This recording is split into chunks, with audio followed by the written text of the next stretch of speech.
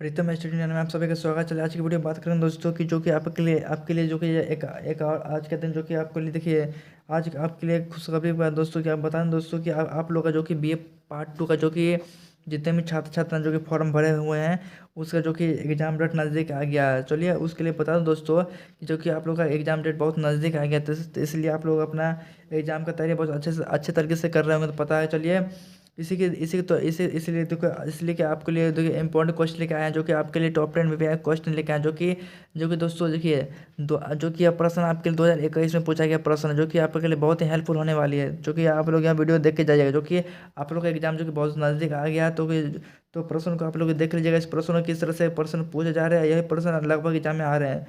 तो ये प्रश्न आप लोग देख के जाएगा, ठीक है। तभी और यह वीडियो को एंड तक देखिएगा तभी आप लोगों को पता चलेगा जी किस तरह के प्रश्न ये पूछे जा रहे हैं और किस तरह के प्रश्न आपके पूछ सकते हैं एग्जाम में। तो इसलिए प्रश्न आप लोग आप अच्छे तरह से देख के जाएगा। कोई प्रश्न में डाउट होगा तो आप लोग कमेंट करिए, कमेंट में आप और हम लोग हमसे कर सकते हैं। कमेंट में आप लोग लिखे उसका हम जो सोल्यूशन आपको हल कर देंगे, हम जहाँ तक होगा वहाँ तक आपको हल कर देंगे, ठीक है दोस्तों।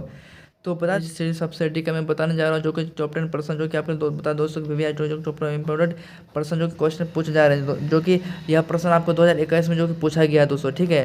तो यह प्रश्न आप लोग अच्छा से तरह से देख के जाइए जो कि यह प्रश्न हो सकता है इस बार प्रश्न दे दे, ठीक है।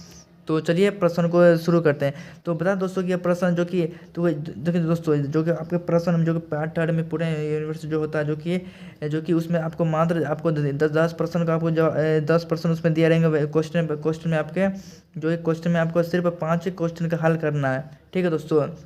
ऐसा नहीं कि प्रश्न को आप लोग सबसे अच्छा तरह से आप प्रश्न को आप लोग पढ़ लीजिएगा उसमें क्या दिया गया ना दिया गया, किस तरह से प्रश्न पूछे जाते हैं उस या फिर किस तरह के प्रश्न कितना प्रश्न को आपको बनाना सब उसमें क्वेश्चन में आपको दिया रहेगा और कितना देर का समय है उसमें आपको सब दिया रहेगा। तो इसलिए आप लोग प्रश्न को पढ़ लीजिएगा जो कि आपको सिर्फ 5 प्रश्न का आपको हल करने होते हैं। चलिए आपके दोस्तों तो पहला प्रश्न आपको और चलते हैं। पहला प्रश्न आप बता दें दोस्तों कि पहला प्रश्न ये है आपका जो कि तो चलिए पहला प्रश्न देखते हैं। पहला प्रश्न दिया गया दोस्तों कुतुबुद्दीन ऐबक की उपलब्धियों का वर्णन कीजिए। जो पहला प्रश्न आपका दिया है कुतुबुद्दीन ऐबक की उपलब्धि जो इसका क्या था इसका बारे में आपको वर्णन करना, ठीक है। चलिए दूसरा प्रश्न हम देखते हैं विजयनगर साम्राज्य की सांस्कृतिक उपलब्धियों का प्रकाश जल। इसका सांस्कृतिक उपलब्धि क्या है ना इसका बारे में इसका प्रकाश जलना, ठीक है दोस्तों।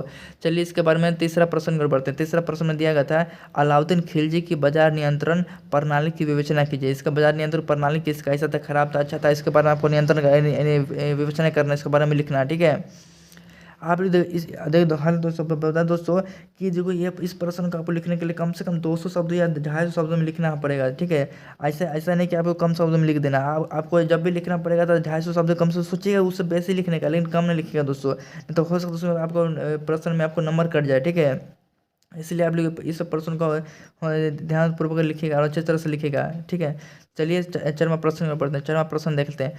चरवा प्रश्न देखते हैं सल्तनत काल के प्रशासनिक व्यवस्था का सविस्तार वर्णन करिए, इसका वर्णन करना, ठीक है। चलिए पाँचवा प्रश्न हम देखते हैं कि दीन इलाही के सिद्धांत व इसकी विशेषताओं का वर्णन करें, इसका वर्णन करना, दीन इलाही के इसके सिद्धांत विशेषता का वर्णन करना। चलिए दोस्तों 6वां प्रश्न और देखते हैं। 6 प्रश्न दिया गया दोस्तों मुगल काल में साहित्य के विकास की व्याख्या कीजिए। इसका व्याख्या करना है मुगल काल के बाद साहित्य के विकास कैसा था, अच्छा था कि क्या हो गया था, इसके बारे में आपको लिखना है, ठीक है। चलिए 7वां प्रश्न दिया गया बक्सर युद्ध के कारणों तथा परिणामों का विवेचना करें, ठीक है। इसका इसे बक्सर युद्ध का कारण भी लिखना है, परिणाम क्या हुआ इसके बारे में आपको विवेचना पूरा करना, डिटेल इसका लिखना, ठीक है। चलिए 8वां प्रश्न और 8वां प्रश्न में दिया गया है बंगाल में ईस्ट इंडिया कंपनी के स्थापना के कारणों का उल्लेख कीजिए। इसका उल्लेख करना, बंगाल में ईस्ट इंडिया कंपनी किस तरह से स्थापना किया और इसके कारण क्या क्या था उल्लेख, इसका पूरा डिटेल आपको लिखना है, ठीक है दोस्तों। तो आप लोग समझ रहे होंगे दोस्तों। चलिए 9 प्रश्न और चलते हैं। 9 प्रश्न देखते हैं। 9 प्रश्न दिया गया शिवाजी के चरित्र एवं व्यक्तित्व पर प्रकाश डाले।